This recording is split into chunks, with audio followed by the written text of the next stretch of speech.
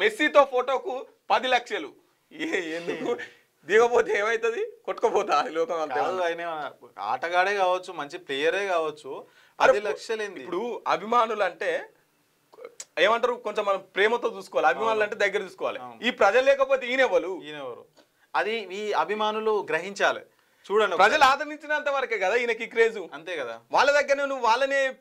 పిండుతున్నావు అంటిగా నువ్వు ఎందుకు అంటే బిజినెస్ అంతే కదా ఈ జనాలకు కొద్దిగా బుర్ర పెట్టి ఆలోచించురి 100 మందికి మాత్రమే అవకాశం అంట వల్ల 100 మందికి ఆశ కాదు 30 వస్తుంది కదా 11 ఎందుకంటే గంట పాటు ఫుట్బాల్ దిగ్గజం ఎందుకు 100 మందిని పెడతారంటే ఇది ఒక స్ట్రాటజీకి ఎత్తుగడ